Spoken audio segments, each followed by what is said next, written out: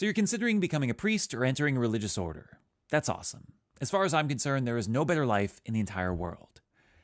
At the same time, there are some things that you should probably know before jumping in. At this point, you've probably seen us at our best. We give out pamphlets of happy people laughing. We show videos of holy people praying.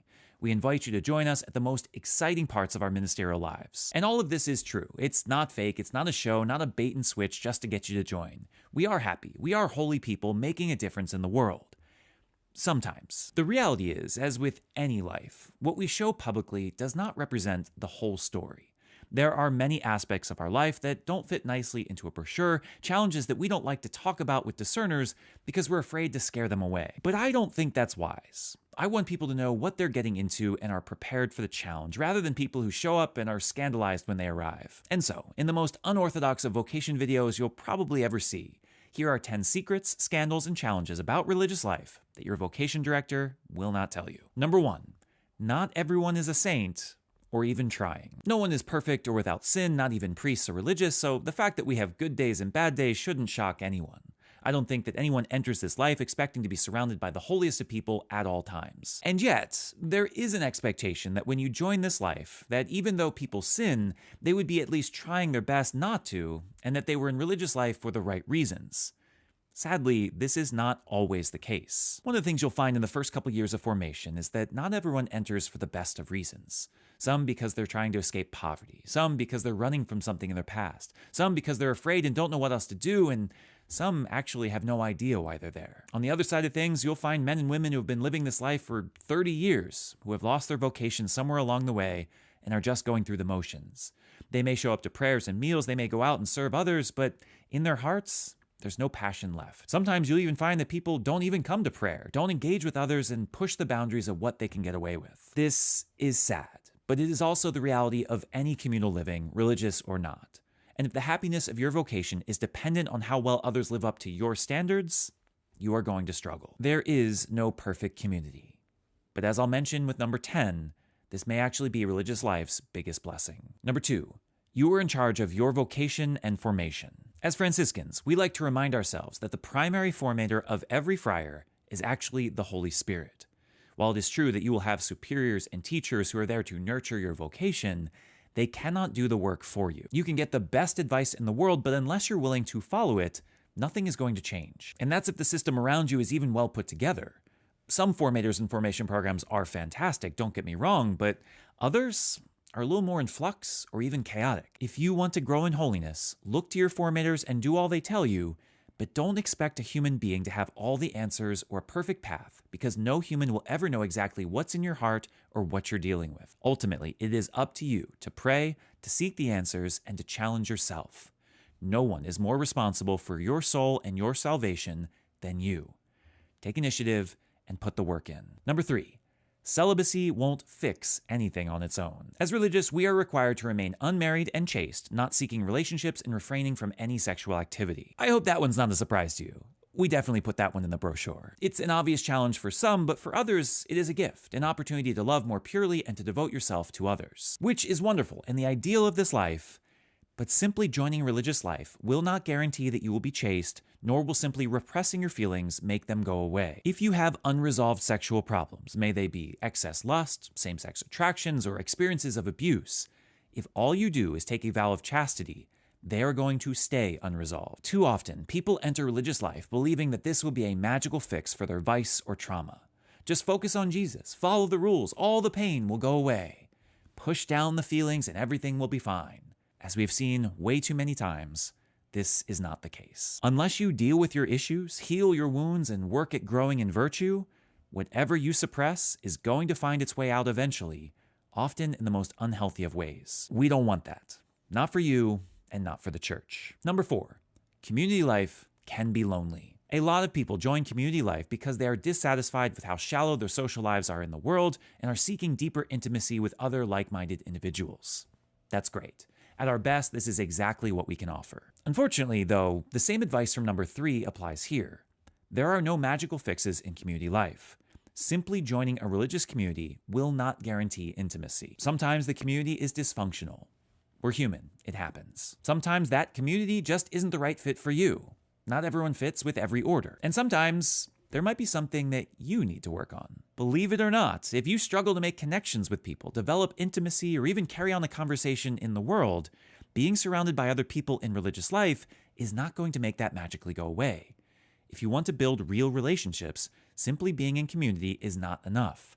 You have to work on your ability to socialize. Number 5, if you don't compromise, you won't survive. A common trait for people who become priests or enter religious life is a strong moral compass. Especially for Catholics, with all of our rules and rituals, we have a tendency to set a fairly high standard, which is great. But as I've indicated in each of the points so far, living with other people necessarily means facing less than ideal conditions. There are going to be people with different opinions at different stages of life with different needs. Add this to the fact that we are all sinners and not always rational, and I can guarantee you that you are going to face situations where you are going to be asked to do things you don't want to do. Little things like eat food that isn't your favorite or pray at certain times of day that aren't ideal for you, but also big things like different styles of worship, different spiritualities, or even different expectations for living together. There are definitely situations with clear right and wrong answers where you may want to fall on your sword, but that comes at a cost.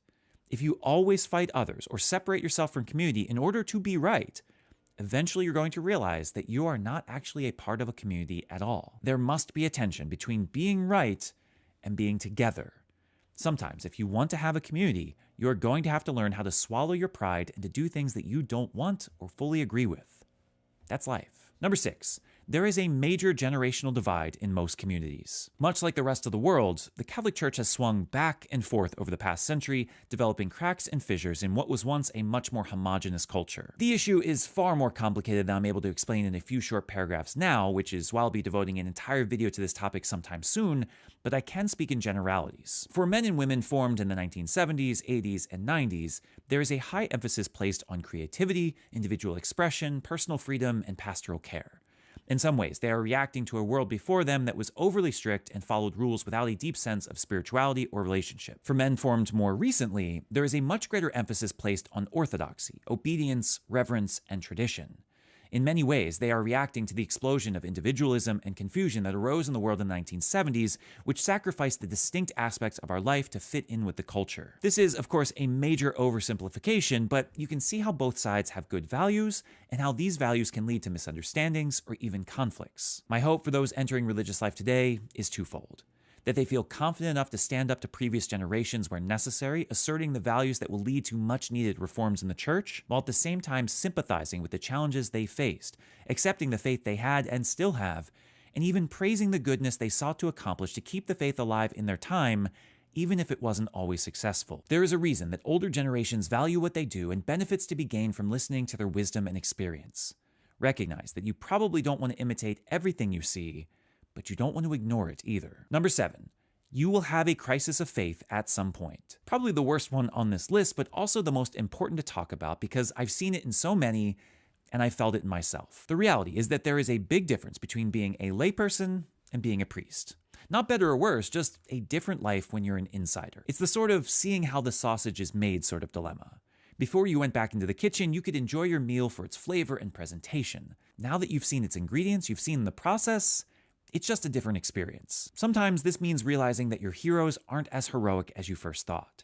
You see father preaching in the pulpit, sister serving the poor down the street, and you look to them as untouchable. And then you share a house with them, and you see that their life is a bit of a mess, that they have anger issues, can be selfish at times, and are generally a lot less angelic and more human than your previous image of them. Sometimes it's with the church itself. As a divine institution, you may have fallen in love with its sanctity, how it is a driving force for good in society, providing the Eucharist and feeding the poor throughout the ages. And then you attend a parish staff meeting.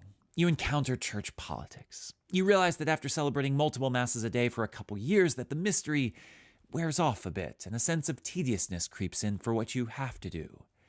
That will mess with you. The reality is that being a part of the church is as much an experience of humanity as it is of God.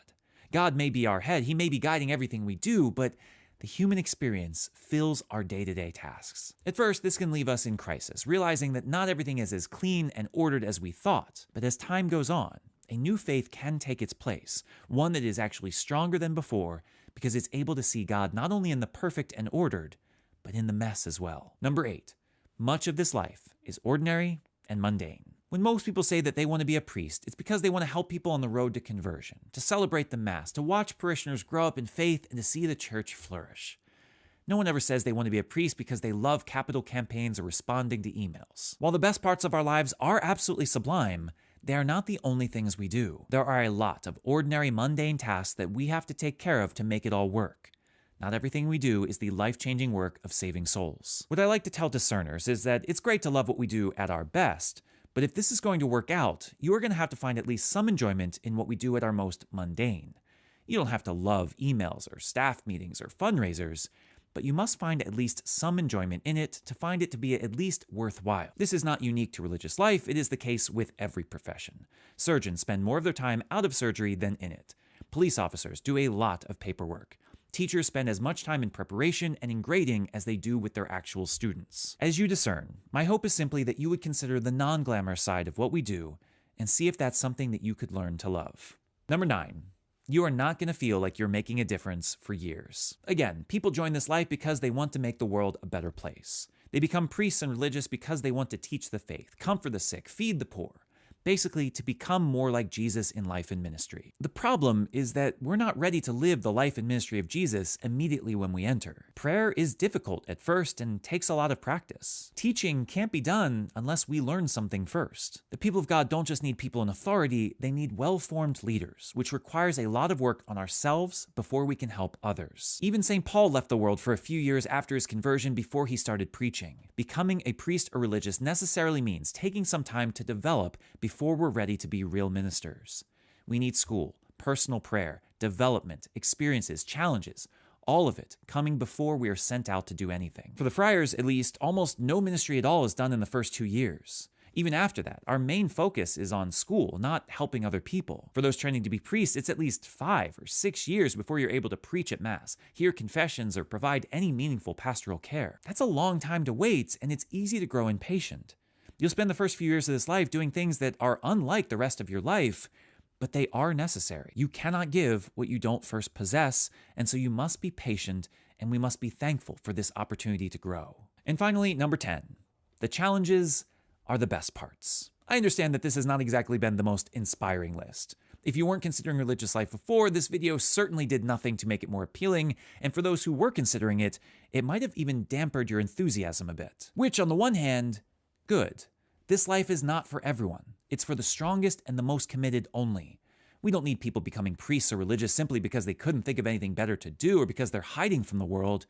We're the Marines, the elite forces of the church, not somebody's safety school. On the other hand, though, I don't want people to leave this video thinking that this life is just something to be endured, that it's all difficult.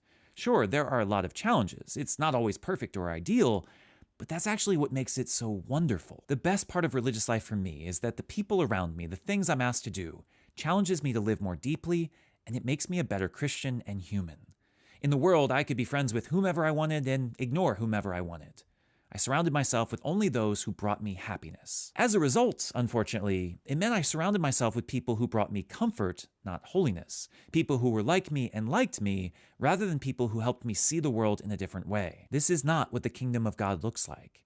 This is not the life of the church. It is certainly not how Christians are called to be in the world. Living with people who are different from me, who see the world in ways that I certainly do not, forces me to realize that I am not perfect or complete, and that God works in many and varied ways.